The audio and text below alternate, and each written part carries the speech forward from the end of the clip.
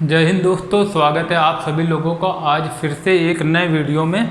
हम लोग पढ़ रहे थे भारतीय राज्य व्यवस्था, ठीक, इंडियन पॉलिटी में आज हम लोगों का टॉपिक है राष्ट्रपति, जो कि बहुत ही महत्वपूर्ण टॉपिक है और इससे हर एग्जाम में काफ़ी क्वेश्चन जो है डायरेक्ट पूछ लिए जाते हैं। तो हम आज इस टॉपिक को इस तरह से पढ़ेंगे कि राष्ट्रपति से रिलेटेड जितने भी इम्पोर्टेंट क्वेश्चन हैं वो आप लोग सब इसी वीडियो में कवर कर लेंगे। आपको किसी दूसरा वीडियो देखने की नीड नहीं होगी। तो आइए शुरू करते हैं बिना किसी देरी के। कौन सा टॉपिक? राष्ट्रपति। सबसे पहले तो ये जो राष्ट्रपति पद है, तो सबसे पहले ये समझ लिए कि राष्ट्रपति होता कौन है। हम लोगों ने पिछली क्लास में पढ़ा था कि जो सरकार का मुखिया होता है वो होता है प्रधानमंत्री, ठीक। सरकार का मुखिया कौन होता है देश में? केंद्र की बात कर रहे हैं, ठीक। वो सरकार का मुखिया होता है हमारा प्रधानमंत्री। लेकिन अगर राज्य के मुखिया की बात करते, देश का प्रमुख कौन होता है, देश के मुखिया की बात करते, तो वो कौन होता है? राष्ट्रपति। तो राष्ट्रपति अपने आप में एक बहुत महत्वपूर्ण पद है, इसलिए इसे देश का प्रथम नागरिक भी कहा जाता है। अगर क्वेश्चन आ जाए कि देश का प्रथम नागरिक कौन है, तो हमारे कौन? राष्ट्रपति। तो इससे आप लोग राष्ट्रपति के पद की महत्वता को, इम्पोर्टेंस को समझ सकते हैं। हालांकि राष्ट्रपति को जो है नाम मात्र का ही बोला जाता है, ठीक। नाम मात्र का ही कार्यपालक बोला जाता है, लेकिन वास्तव में ऐसा नहीं है। अगर हम लोग डीपली अच्छे से जाने पढ़ें तो राष्ट्रपति अपने आप में कहीं कहीं बहुत इम्पोर्टेंट रोल जो है, बहुत ही महत्वपूर्ण भूमिका निभाता है, जो कि हम लोग इस वीडियो के माध्यम से जानेंगे, ठीक। तो आइए सभी लोग तैयार होइए और कागज पर रख लीजिए, साथ में जो है वो नोट भी कीजिए। आप लोग नोट करते जाएंगे तो आपके दिमाग में चीज़ें छपती जाएंगी। और समझिए, पहले समझिए फिर नोट्स बनाना। हम हट जाएंगे, स्क्रीनशॉट ले लेना, अच्छे से नोट्स बनाना।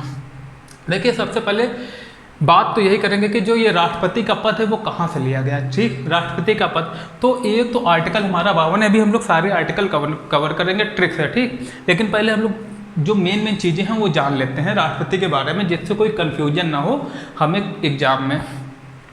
तो जो राष्ट्रपति का पद है वो तो आर्टिकल 52 में कहा गया है कि राष्ट्रपति भारत का एक राष्ट्रपति होगा, ठीक। और उसमें लिखा है इंग्लिश में शैल बी, मतलब होगा ही होगा, ये अनिवार्य है, ठीक।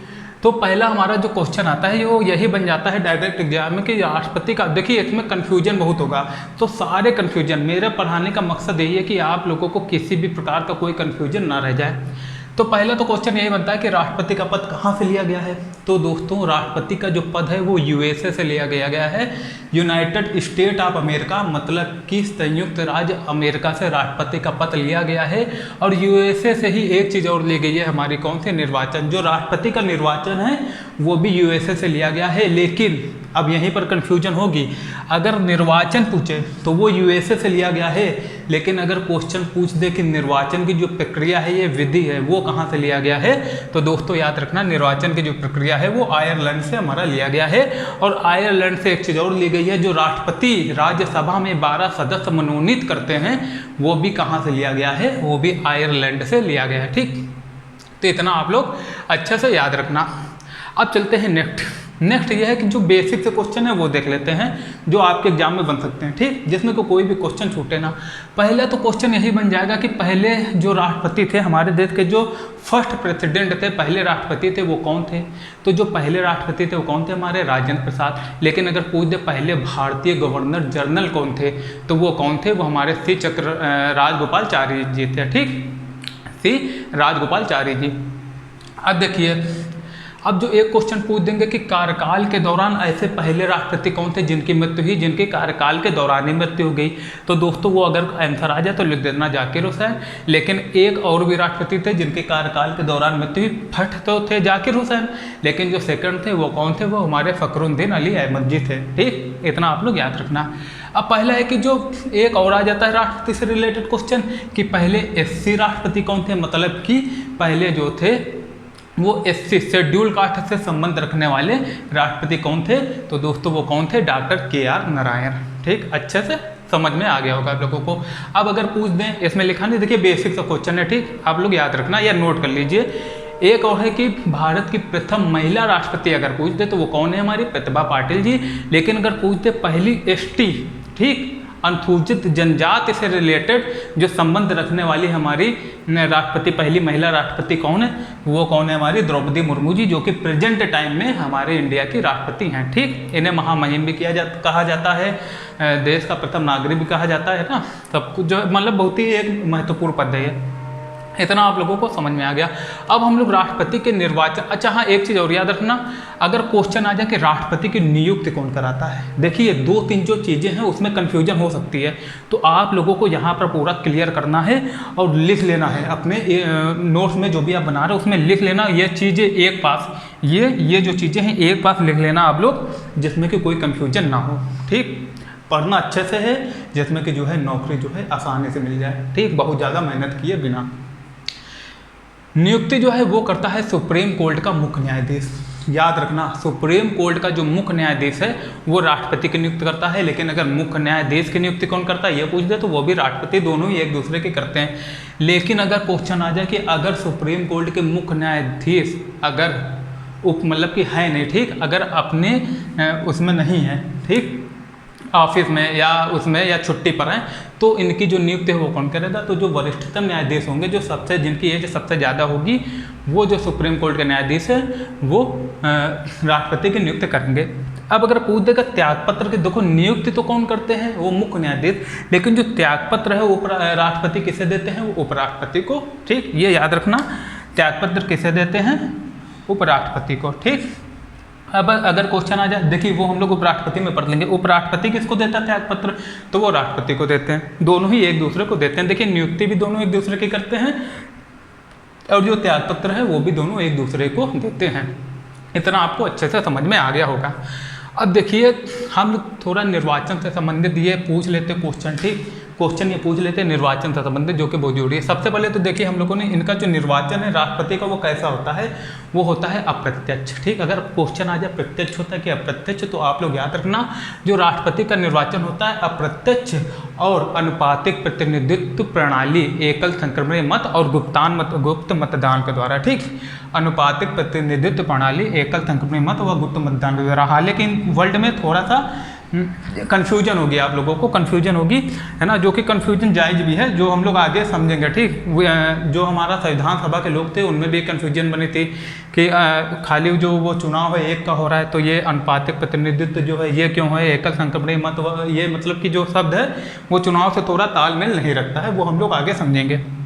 अब देखिए अगर भैया देखिए राष्ट्रपति कौन है, राष्ट्रपति जो है बहुत महत्वपूर्ण पद है। ठीक, तो अगर इसके चुनाव से रिलेटेड कोई भी विवाद होता है तो वो सिर्फ और सिर्फ कहाँ पर होगा, वो हल होगा सुप्रीम कोर्ट के जरिए, सर्वोच्च न्यायालय के जरिए। ठीक, इतना आप लोग याद रखना अच्छे से। अब अगर क्वेश्चन आ जाए तो देखिए ये तो हम लोग समझ लिया कि जो निर्वाचन है वो कैसा होता है, वो अप्रत्यक्ष होता है। ठीक, प्रत्यक्ष नहीं होता है, अप्रत्यक्ष होता है। निर्वाचन जो है वो कहाँ से ली गई है, वो यूएसए से, लेकिन जो निर्वाचन प्रक्रिया है वो आयरलैंड से। और राष्ट्रपति राज्यसभा में जो 12 सदस्य मनोनीत करते हैं वो भी कहाँ से लिया गया है, वो आयरलैंड से लिया गया है।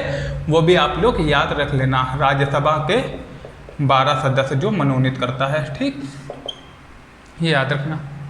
अब देखिए निर्वाचक, जो राष्ट्रपति का निर्वाचन है वो एक निर्वाचक मंडल द्वारा होता है। निर्वाचक मंडल में कौन कौन होते हैं, सबसे पहले तो देखिए याद रखना जो निर्वाचित सदस्य हैं उसमें वही भाग लेते हैं। कहीं भी अगर मनोनीत आ जाए कहीं भी, तो आप लोग समझ लेना कि वो ऑप्शन गलत है। ठीक, आराम से, बहुत ही मतलब सिंपल सा है। देखो भैया सबसे पहले तो लोकसभा और राज्यसभा, केंद्र में कौन होता है, लोकसभा और राज्यसभा। ठीक, लोकसभा व राज्यसभा, लोकसभा व राज्यसभा के निर्वाचित सदस्य। ठीक ठीक, आप लोग यही लिखना। हालांकि जो पहले लोकसभा में आंग्ल समुदाय से मनोनीत करते थे राष्ट्रपति, अब वो हटा दिए गए। ठीक, संविधान संशोधन के जरिए। तो अगर ये आ जाए कि लोकसभा के सभी सदस्य, तो वो भी सही हो सकता है, लेकिन डायरेक्ट जो है यही पूछेंगे लोकसभा व राज्यसभा के निर्वाचित सदस्य। तो याद रखना लोकसभा व राज्यसभा के निर्वाचित सदस्य। अब लोकसभा में कोई मनोनीत तो रह नहीं गए, है ना, तो अगर लोकसभा में सभी सदस्य भी पूछ ले तो वो भी सही होगा। राज्य विधानसभा, ये देखिए राज्य विधानसभा, इसका मतलब है राज्य विधानसभा। राज्य विधानसभा के निर्वाचित सदस्य, एक होता है राज्य, एक होता है हमारा कौन सा, यूटी। ठीक, यूनियन टेरिटरी या संघ शासित राज्य। वो है कौन, जहाँ जहाँ विधानसभा है, सभी नहीं, जहाँ जहाँ विधानसभा। विधानसभा की बात चल रही है ना, तो विधानसभा हमारी कहाँ कहाँ है, दिल्ली और पुडुचेरी में। ठीक, दिल्ली और पुदुचेरी के जो निर्वाचक सदस्य हैं वो भाग लेंगे। ठीक, अब ये हमारा है, हालांकि जम्मू कश्मीर में भी है, उसकी बात बाद में करेंगे हम लोग। ठीक, अभी वहाँ पर राष्ट्रपति शासन चल रहा है। एक है अनुपातिक प्रतिनिधित्व, ये तो हम लोग ने पढ़ लिया कि प्रणाली कौन सी होगी, तो अनुपातिक प्रतिनिधित्व प्रणाली और एकल संक्रमणीय मत गुप्त मतदान द्वारा। विवाद जो है, चुनाव संबंधी कोई भी विवाद जो है वो कहाँ हल होंगे, वो हमारे हल होंगे सुप्रीम कोर्ट में। इतना आप लोगों को अच्छे से समझ में आ गया होगा। अब देखिए पद की शर्त क्या है। पद की शर्त है कि जो राष्ट्रपति हो किसी भी लाभ के पद में ना हो। लाभ के पद मतलब वो सांसद या विधायक ना हो। जैसा कि हम लोगों ने देखा था कि जो प्रधानमंत्री है वो लोकसभा व राज्यसभा में से किसी का सदस्य होना ही चाहिए, तभी वो प्रधानमंत्री बन सकता है, मतलब होते हुए ही रहेगा। अगर नहीं है तो 6 महीने के भीतर जो है, जो कि एक और नियम है ना, रूल है, 6 महीने के भीतर जो है उसको लोकसभा या राज्यसभा में से किसी एक का सदस्य बनना ही पड़ेगा। और हम लोगों ने एक चीज़ और पढ़ी थी, लेकिन कहाँ, ब्रिटिश में, जहाँ से हमारी संसदात्मक प्रणाली ली गई है, वहाँ पर प्रधानमंत्री बनने के लिए लोकसभा का सदस्य ही होना जरूरी है, राज्यसभा का नहीं। जबकि इंडिया में क्या है, लोकसभा और राज्यसभा में से दोनों में से किसी एक का सदस्य जो प्रधानमंत्री जी हैं वो हो सकते हैं।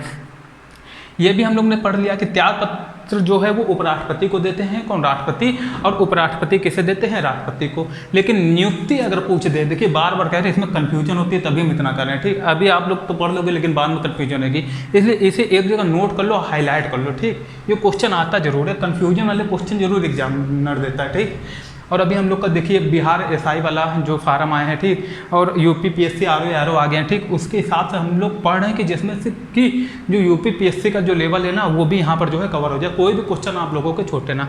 तो जो नियुक्ति है वो सुप्रीम कोर्ट के मुख्य न्यायाधीश जी करते हैं। अब देखिए जो एक विधायक होता है, राष्ट्रपति का जो चुनाव होता है उसमें एक, क्योंकि विधायक और सांसद सब भाग लेते हैं निर्वाचित, तो अगर इसमें पूछ दे कि एक, देखिए राज्य जो राष्ट्रपति का चुनाव है उसमें सब लोग चाहते हैं राज्य जो संघ शासित प्रदेश हैं उन सभी का जो है वो समान प्रतिनिधित्व है ना, समान हो, समान रूप से इसमें भूमिका हो सबकी। तो इसके लिए एक जो है ये जो फार्मूला है आप लोग याद रखना, एक विधायक का मत और सांसद का मत जो है, ये क्वेश्चन कभी कभी पूछ देगा, हालांकि पूछा भी है कि एक विधायक के मत का मूल्य और एक संसद सदस्य के मत का मूल्य क्या होता है। तो याद रखना, एक विधायक के मत का मूल्य क्या होता है, राज्य की कुल संख्या, मतलब कि जो जिस राज्य से विधायक है उस राज्य की कुल जनसंख्या, मतलब जो टोटल पॉपुलेशन है, बटे राज्य विधानसभा के निर्वाचित कुल सदस्य, और जो राज्य विधानसभा के निर्वाचित कुल सदस्य हैं उनकी संख्या। ठीक, कुल सदस्य जितने हैं, कि अगर 300 हैं, 200 हैं, 250 हैं, उतने होने चाहिए, और जो बाकी है उसको 1000 से भाग दे दो, इंटू 1/1000। ठीक, लेकिन अगर पूछ दे एक संसद सदस्य के मत का मूल्य, तो दोस्तों याद रखना, एक संसद सदस्य के मत का मूल्य क्या होता है, सभी राज्यों के विधायकों के मतों का कुल मूल्य क्या होता है, सभी राज्यों के, जितने भी राज्य हैं उनके विधायकों के मतों का कुल मूल्य। भैया यहाँ पे एक विधायक के मत का मूल्य निकलेगा, फिर उसको ऐड करके क्या करेंगे, सभी राज्यों के विधायकों के मतों का कुल मूल्य, और बटे संसद के निर्वाचित सदस्यों की कुल संख्या, जितने भी संसद के निर्वाचित सदस्य हैं सदन में। ठीक, सदन की जितनी भी कुल संख्या है, संसद के निर्वाचित सदस्यों की सदन की कुल संख्या जो है, ठीक, जो कुल संख्या है उससे डिवाइड कर देंगे, तो क्या है, एक संसद सदस्य के मत का मूल्य आ जाएगा।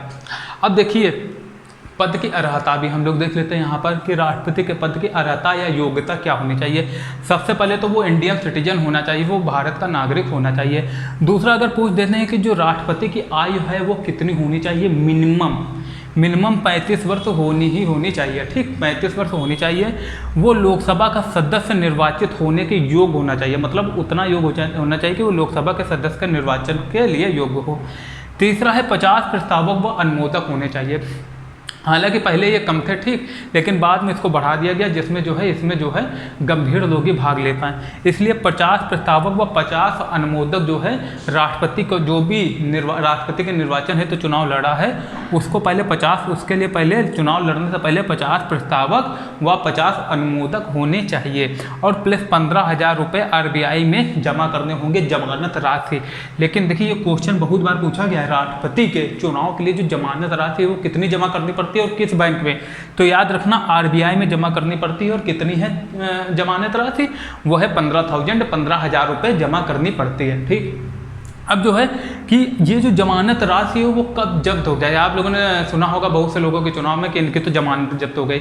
जमानत यही होती है जो राशि होती है उसको जमा कर लिया जाता है, फिर वापस नहीं किया जाता। ठीक, अगर ये चुनाव में मतलब कि वो जमानत जब्त मतलब कि अगर 1/6 से अगर ज़्यादा पा जाए राष्ट्रपति, ठीक, तब तो जमानत जो राशि उन्हें लौटा दी जाएगी। लेकिन अगर 1/6 से कम अगर पाते हैं लोग निर्वाचन में जो वोट है तो 15,000 रुपये जो है ये जमानत जब्त कर ली जाती है।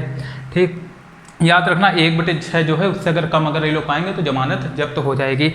और जो याद रखना जो इसकी शपथ भी है, देखिए नियुक्ति राष्ट्रपति की और जो शपथ है वो कौन करता है, CGI दिलाता है। नियुक्ति भी और कोई कौन था वो शपथ भी। ठीक, और नियुक्ति में हम लोगों ने एक चीज़ और भी पढ़ लिया था, अगर वो जो नए मुख्य न्यायाधीश नहीं है, CGI नहीं है, चीफ जस्टिस ऑफ इंडिया नहीं है, तो जो वहाँ का वरिष्ठतम न्यायाधीश है, सुप्रीम कोर्ट के वरिष्ठतम न्यायाधीश है, वो राष्ट्रपति को शपथ दिलाएंगे। आप लोगों को इतना अच्छे से समझ में आ गया होगा। अब हम लोग पढ़ेंगे राष्ट्रपति का महाभियोग। आप लोगों ने पढ़ा होगा, हालांकि अभी तक किसी भी राष्ट्रपति पे महाभियोग नहीं हो पाया है। ठीक, महाभियोग जो है वो नहीं हो पाया है। ठीक, लेकिन हम लोग आगे महाभियोग के बारे में पढ़ेंगे और भी जो इससे रिलेटेड इंपॉर्टेंट क्वेश्चन है वो सब एक एक करके पढ़ेंगे। जो राष्ट्रपति है उसका वीटो पावर क्या होता है, विधायक सत्ता क्या है, कार्यपालक सत्ता क्या है, आपातकाल के दौरान कौन सी सत्ता मिल जाती है, जो कि हम लोगों ने अभी आपातकालीन प्रावधान पढ़ा था, वो वीडियो आप लोग जरूर देख लेना। इसके पहले आपातकालीन प्रावधान वो ऐसा वीडियो है कि आपको कोई अन्य जो वीडियो है वो देखने की ज़रूरत नहीं पड़ेगी। ठीक, तो वो वीडियो जरूर देख लेना हम लोग, आपातकालीन प्रावधान। जब तक के लिए इसका आप लोग स्क्रीनशॉट ले लीजिए, हम लोग जो है नेक्स्ट वीडियो पर आते हैं।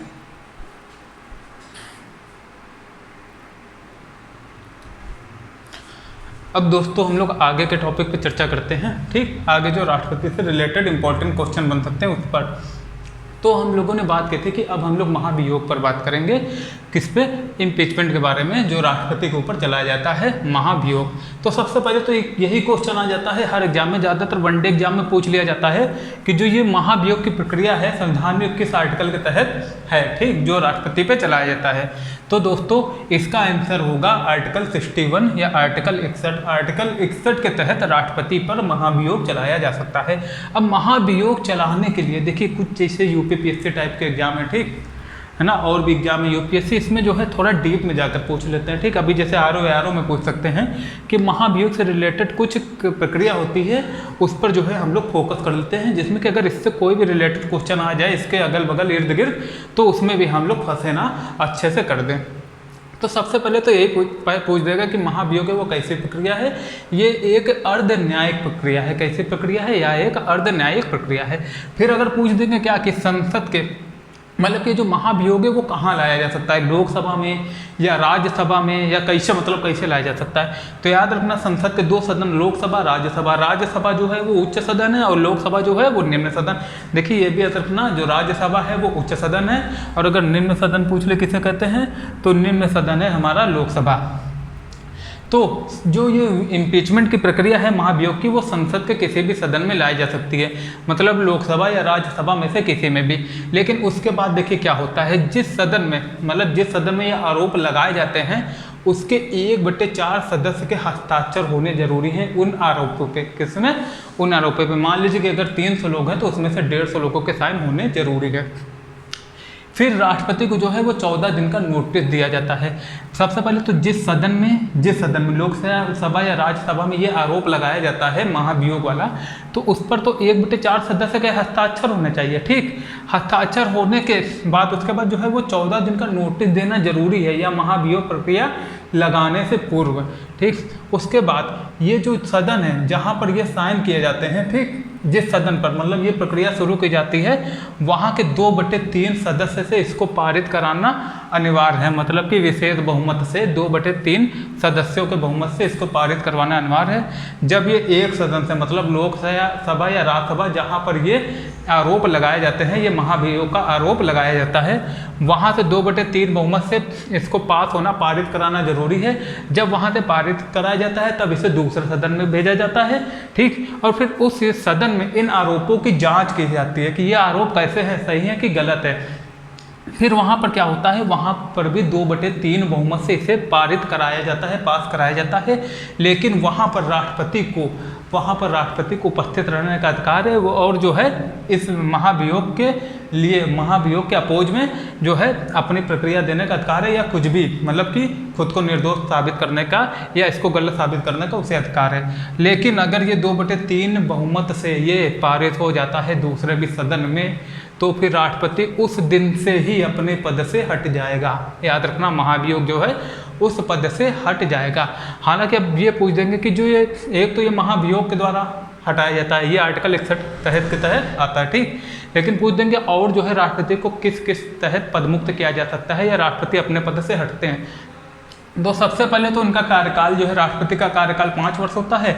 अगर ये 5 वर्ष का कार्यकाल पूरा कर लेते हैं तो अपने पद से हट जाते हैं। हालांकि 5 वर्ष का कार्यकाल पूरा करने के बाद भी अगर उसका उत्तराधिकारी वो पद ग्रहण नहीं करता है तो जो राष्ट्रपति है तब तक अपने पद में बना रहता है, ठीक, याद रखना।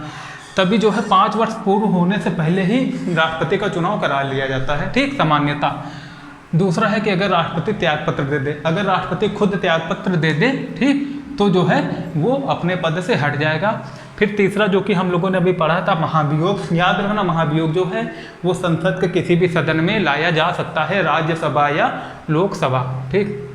फिर चौथा है अवैध निर्वाचन। मान लीजिए कि जो राष्ट्रपति का निर्वाचन है वो किसी अवैध प्रक्रिया के तहत हुआ है, ठीक। ऐसा है कि अवैध जो है चुनाव है अवैध तरीके से कराया गया है, तब भी जो है राष्ट्रपति को अगर उसका चुनाव अवैध वो निकलता है। हालांकि जैसे हम लोगों ने पढ़ा था कि राष्ट्रपति के निर्वाचन से संबंधित किसी भी विवाद का जो निर्णय है वो कौन करेगा, सुप्रीम कोर्ट। और अगर सुप्रीम कोर्ट ये पाता है कि इसका जो चुनाव है वो अवैध तरीके से हुआ है तो जो है राष्ट्रपति के इस चुनाव को अवैध घोषित कर दिया जाता है और जो राष्ट्रपति नया बनता है उसको हटा दिया जाता है। इतना समझ में आ गया। अब जो तीसरा ये पॉइंट जो है, इस पॉइंट को, मृत्यु वाले जो पॉइंट है इसको जो है थोड़ा समझना जरूरी है। जो ये मृत्यु वाला पॉइंट है, ऐसे तो जो है वो राष्ट्रपति अपने पद पर बना रहता है। मान लीजिए कि 5 साल अगर कार्यकाल पूरा हो गया, ठीक, तो राष्ट्रपति जो है वो अपने पद पर बना रहेगा, अपने पद पर बना रहेगा। कब तक? जब तक नया चुनाव नहीं हो जाता या नया उत्तराधिकारी नहीं आ जाता। लेकिन अगर मृत्यु हो जाता है एकदमी से तो क्या होगा? अगर राष्ट्रपति की एकदमी से मृत्यु हो जाती है तो क्या होगा? कि अभी हम लोगों ने देखिए पहले पढ़ चुके हैं कि किसके कार्यकाल के दौरान मृत्यु हुई। 2 थे, एक कौन थे? एक थे हमारे जाकिर हुसैन जी और दूसरे कौन थे? फखरुद्दीन अहमद जी। ठीक, अगर पूछ दे कि मृत्यु के समय अगर वाइस प्रेसिडेंट मतलब कि जो प्रेसिडेंट हैं राष्ट्रपति, उनकी अगर मृत्यु हो जाती है तो कौन कार्यभार संभालेगा? तो कार्यवाहक राष्ट्रपति के तहत जब तक नया चुनाव नहीं हो जाता तब तक कार्यवाहक राष्ट्रपति के तहत कौन कार्य करेगा? Vice president. वाइस प्रेसिडेंट मतलब कि उपराष्ट्रपति काम करेंगे। ठीक, काम करेंगे। लेकिन अगर क्वेश्चन ये आ जाए कि अगर वाइस प्रेसिडेंट भी मौजूद नहीं है तब कौन कार्य करेगा? तब जो है कार्यवाहक राष्ट्रपति का जो कार्य है वो कौन संभालेगा? वो सुप्रीम कोर्ट के CJI मतलब कि चीफ जस्टिस ऑफ इंडिया कौन होते हैं? हमारे जो सुप्रीम कोर्ट के मुख्य न्यायाधीश होते हैं वो संभालेंगे। और ये जितने भी, और जब ये दोनों अगर पद संभाल लें राष्ट्रपति का तो जितने भी वेतन भत्ते शक्तियाँ जो हैं जो भी राष्ट्रपति को मिली हैं वो इनको मिली रहती हैं। ठीक, इतना आप लोगों को समझ में आ गया। अब हम लोगों ने यहाँ तक अच्छे से पढ़ लिया। ठीक, अब देखिए याद रखना यहाँ तक हम लोगों ने समझ लिया। अब हम लोग देखते हैं कि महाभियोग के बाद और कौन सा महाभियोग में कौन पार्टिसिपेट करता है और कौन पार्टिसिपेट नहीं करता है। तो हम लोगों ने ये तो पता कर लिया कि जो है लोकसभा या राज्यसभा में से कहीं भी इसको लाया जा सकता है। ठीक, उसके बाद जो 1/4 सदस्य के साइन करवाओ, जहाँ पर जिस सदन में आरोप लगाए गए हैं तो पहले वहाँ पर 1/4 सदस्य के साइन होना जरूरी है और राष्ट्रपति को 14 दिन से पहले नोटिस देना जरूरी है, ये महाभियोग प्रक्रिया चालू करने से पहले।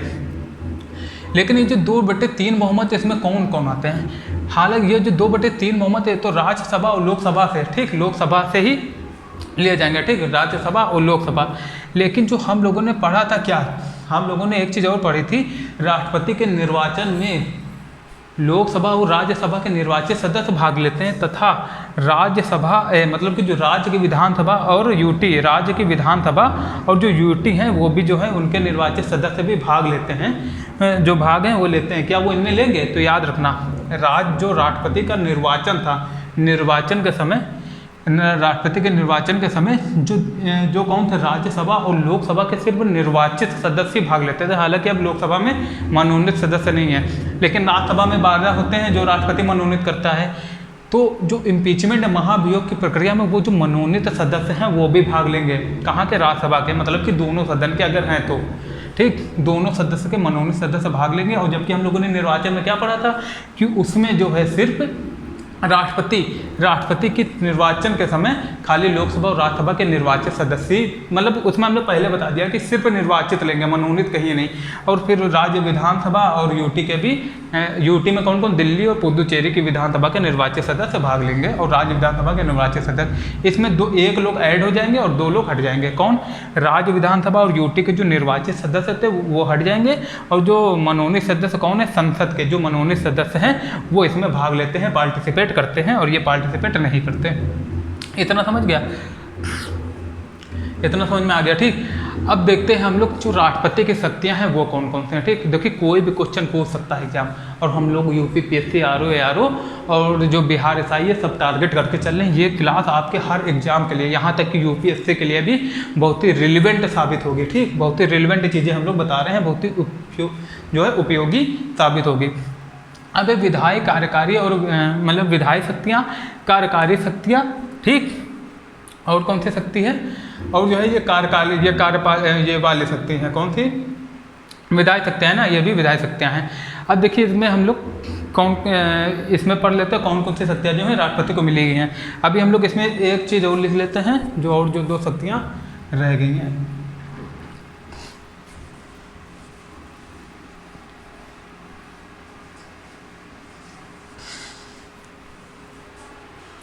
एक और है सैन्य शक्ति,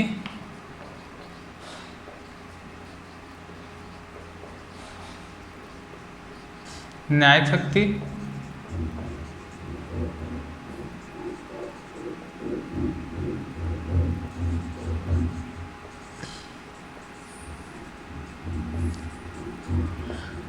दूसरी हमारी आपातकालीन शक्ति। कौन सी, आपातकालीन शक्ति।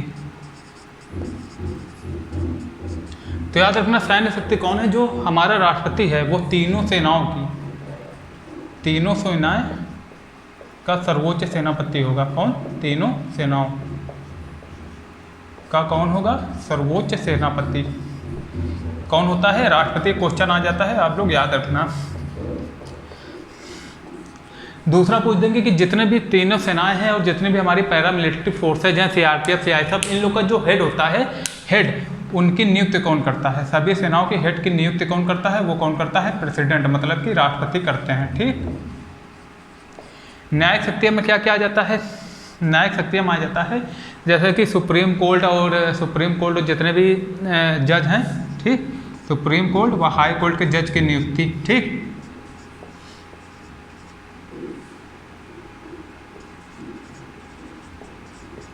जज की नियुक्ति। ठीक, आप लोग अच्छे से लिख लेना ये। और क्या आता है इसमें, सुप्रीम कोर्ट व हाई कोर्ट के जज की नियुक्ति। और जो आपने पढ़ा होगा कि राष्ट्रपति जो है मृत्यु की जो है, अगर कहीं से सैन्य न्यायालय, कहीं भी याद रखना, राज्यपाल को सैन्य न्यायालय में जो है क्षमादान करने की शक्ति नहीं है। राष्ट्रपति जो है सैन्य न्यायालय से चाहे सजा मिली हो या कहीं से भी सजा मिली हो, वो उसको जो है सजा कम कर सकता है, या उसको निलंबित कर सकता है, या कम कर सकता है, या एकदम ख़त्म कर सकता है। वो किसके पास ताकत है क्षमादान की, ये भी न्यायिक, वो है राष्ट्रपति के पास। इतना अच्छा समझ। आपातकालीन शक्ति में जो 352 हमारा आर्टिकल, ठीक, राष्ट्रीय आपातकाल, और जो राष्ट्रपति शासन है कौन सा, 356 प्लस 365, ठीक, और जो वित्तीय आपातकाल है 360। इसके तहत जो राष्ट्रपति को शक्तियाँ मिलती हैं वो आपातकालीन शक्तियाँ हो जाती हैं और राष्ट्रपति के पास काफ़ी पावर आ जाती है। तो ये हम लोग अच्छे से, अब हम लोग समझ लेते हैं विधायी शक्तियाँ कौन कौन सी है। विधायी शक्तियाँ कौन कौन सी, एक तो धन विधेयक, जो अगर मान लीजिए अगर पूछ दे कि जो धन विधेयक है वो कैसे, किसकी पूर्व अनुमति के पहले लाया जाता है, तो याद रखना जो धन विधेयक है वो हमारी प्रेसिडेंट की पूर्व अनुमति के पहले ही पेश किया जा सकता है। इसीलिए कहा जाता है जब धन विधेयक लाया जाता है तब राष्ट्रपति, और इसके बाद जब वो पारित हो जाता है तो उसको जब राष्ट्रपति के सामने पेश किया जाता है तो राष्ट्रपति को उसको स्वीकृति देना अनिवार्य क्यों होता है, क्योंकि जो लाया ही राष्ट्रपति की पूर्व मंजूरी से पहले जाता है। मतलब राष्ट्रपति की मंजूरी से पहले ही राष्ट्रपति की पूर्वानुमति है जो उसके लिए अनिवार्य होती है। मतलब कि जब राष्ट्रपति मंजूरी देता है तभी इसको लाया जाता है। जब वो पहले मंजूरी दे चुका है तो बाद में तो समझिए ना आप लोग, उसको जो है उसमें साइन करना जरूरी है, ठीक, राष्ट्रपति को उसमें अनुमति देना जरूरी है। और जो दूसरा है वो वार्षिक वित्तीय विवरण जो है वो कौन होता है, वो राष्ट्रपति क्या करता है, राष्ट्रपति जो है वो संसद के समक्ष रखता है, ठीक। और उस पर बात कौन देती है, हमारी जो इसमें वित्त मंत्री उन्होंने दिया था, कौन थी, निर्मला सीतारमण जी। जो केंद्र और राजस्व के बीच जो बंटवारा है उस पर भी जो है वो कौन करता है, राष्ट्रपति जो है, और राष्ट्रपति समक्ष रखता है कि कैसे राजस्व बंटवारा होना है। तीसरा जो अनुदान, अगर मान लीजिए केंद्र को अनुदान की मांग है, इसकी सिफारिश कौन करता है, उसकी सिफारिश जो है वो राष्ट्रपति करता है।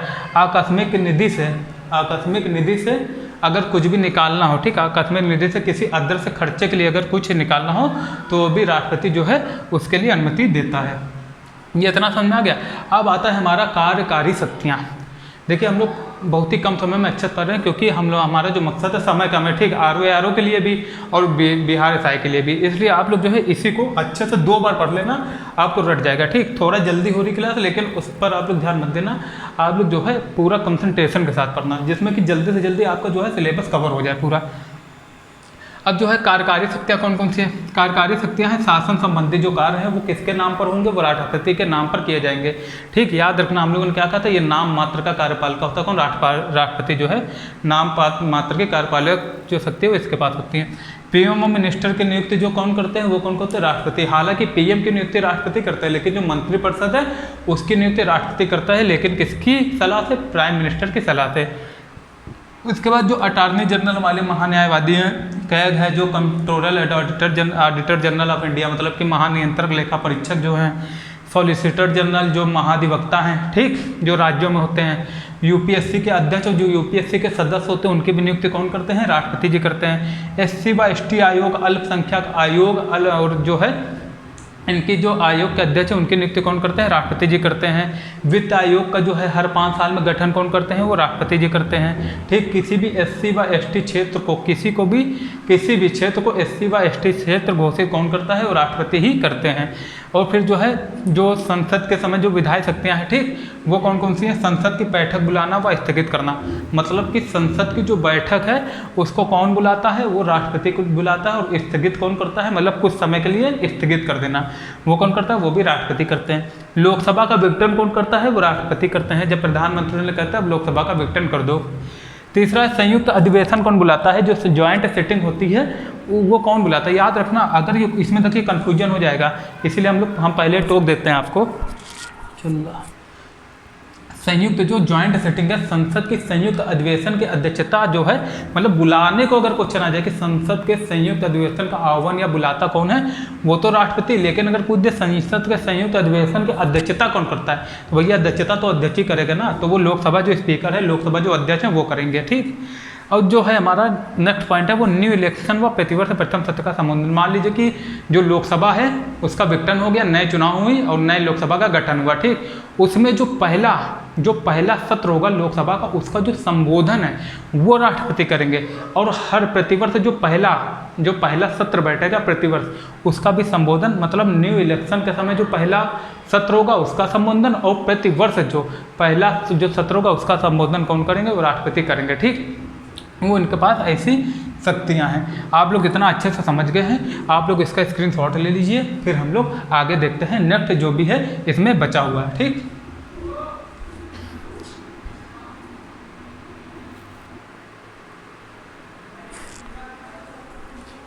अब दोस्तों हम लोग देखेंगे आगे कि जो राष्ट्रपति से संबंधित जो मेन आर्टिकल हैं, जो क्वेश्चन में डायरेक्ट पूछ लिए जाते हैं, वो हम लोग अच्छे से पढ़ेंगे। देखिए जो 54 से लेकर 58 तक है, ये बहुत ही मेन है ना, ये ज़्यादातर वनडे एग्जाम में पूछ लेते हैं, तो इनको हम लोग एक ट्रिक से याद कर लेंगे। याद रखना, चुनाव से जो है, चुनाव से चालू होता है 54 और चुनाव मिलता जुलता शब्द है, ठीक। तो याद रखना हमारी जो ट्रिक है वो 54 से 58 तक के लिए है। क्या है, चुप्रा कापुन योग्य है, चुप्रा कापुन योग्य है। इसको आप लोग 2-4 बार याद करना, ऐसे हमने बनाया है, ये आप लोग खुद से भी बना सकते हो, सारी ट्रिक खुद से बनाओगे तो और आसानी से याद होगा। चू से क्या हो गया, चो से चुनाव 54, प्रा से जो चुनावी प्रक्रिया है वो है, फिर का से 56 क्या है, कार्यकाल, पुन से पुनर्निर्वाचन के लिए योग्यता, ठीक, पुनर्निर्वाचन जो है पुन से, और योग से क्या है 58 योग्यता। और याद रखना आर्टिकल जो 52 से जहाँ से शुरुआती होती है राष्ट्रपति की, तो वो भारत का राष्ट्रपति कौन होगा, आर्टिकल 52। और जो संघ की कार्यपालिका जो शक्तियाँ किस में निहित होंगी, वो भारत के राष्ट्रपति में, वो आर्टिकल 53 है हमारा, ठीक, याद रखना। इसके बाद आर्टिकल 59 कहता है कि जो राष्ट्रपति के कार्यकाल है उसकी दशाएं क्या होंगी, उसके वेतन भत्ते क्या होंगे, मतलब कि जो कार्यकाल की जो दशाएं है वो क्या होगी, उसकी बात करता है। फिर आर्टिकल 60 जो है वो शपथ याद रखना, 7 से शपथ याद रखना। जो 60 है वो कौन है, शपथ ग्रहण करना किसमें है, आर्टिकल 60 में। 61 पे महाभियोग जो कि अभी हम लोगों ने पहले पढ़ा है। आर्टिकल 62 जो है जब पद रिक्त हो जाता है तो चुनाव का जो समय है उससे संबंधित जो प्रक्रियाएं हैं वो किसमें, आर्टिकल 62 में। और कुछ जो और भी आर्टिकल हैं जो राष्ट्रपति से रिलेटेड हैं महत्वपूर्ण, वो भी हमने यहाँ लिख दिए हैं। जैसे कि जो क्षमादान की शक्ति है राष्ट्रपति की वो आर्टिकल 72 के तहत है। आर्टिकल 74 में कहा गया मंत्रिपरिषद का राष्ट्रपति को परामर्श, जो मंत्रिपरिषद है वो राष्ट्रपति को परामर्श या सलाह दे सकती है किसी भी चीज़ के लिए, ठीक, वो हो गया आर्टिकल 74। आर्टिकल 78 कहता है कि राष्ट्रपति को सूचना प्रदान करने का पीएम का दायित्व। ये जो है मेन आर्टिकल है जो पूछ लिए जाते हैं, ठीक, आप लोग अच्छे से याद करना। राष्ट्रपति को सूचना प्रदान करने के का पीएम का दायित्व कौन सा, आर्टिकल 78। आर्टिकल 85 कहता है संसद का जो सत्रावसान है या सत्र भंग करना, ये सब कौन सा, आर्टिकल 85। 123 अध्यादेश जो है राष्ट्रपति की शक्ति है अध्यादेश जारी करने की, और 143 में सुप्रीम कोर्ट से सलाह लेने की शक्ति है, किसी भी विधि के बारे में सलाह लेने की। और याद रखना ये जो सलाह है वो बाद मानने के लिए राष्ट्रपति बाध्य नहीं होगा। आज के लिए दोस्तों इतना ही। 2-3 चीज़ें रह गई हैं राष्ट्रपति के बारे में, वो हम लोग अपने कल के वीडियो में कवर कर लेंगे कि जो वीटो पावर है उसको अच्छे से समझना जरूरी है। तो ये लोग आप जो है इसको जो है आप लोग अच्छे से समझ लीजिए, जो भी हमने आपको अच्छे से पढ़ाया है इससे बाहर से कुछ नहीं आएगा, ठीक, कुछ भी नहीं आएगा इसके बाहर से। इसके बाद जो वीटो पावर है जो हम बता रहे, जो भी हमने नहीं पढ़ाया, वीटो पावर और जो अध्यादेश से रिलेटेड जो कुछ पॉइंट है वो हम लोग कल एक छोटा सा 10-12 मिनट के वीडियो में कवर कर लेंगे पूरा, ठीक। तो आप लोग कल आना भूलना मत, आराम से जो है इसको अच्छे से 1-2 बार रिवीजन कर लेना, जिससे कि माइंड में आपके अच्छे से सेट हो जाए, ठीक। आज के लिए दोस्तों इतना ही, आप लोग अच्छे से पढ़ते रहिए। और आर को जिसने भी फार्म डाला है वो मेरे चैनल से जुड़े रहे, जो भी बिहार SI की तैयारी कर रहे हैं वो भी जुड़े रहें। जितने भी रिलेवेंट जो है टॉपिक या जो सिलेबस है हम जो है उसी से रिलेटेड जो है आपको पढ़ाएंगे, जिससे कि आपको जो एग्जाम है बहुत अच्छे से निकल जाए। तो आज के लिए दोस्तों इतना ही, धन्यवाद।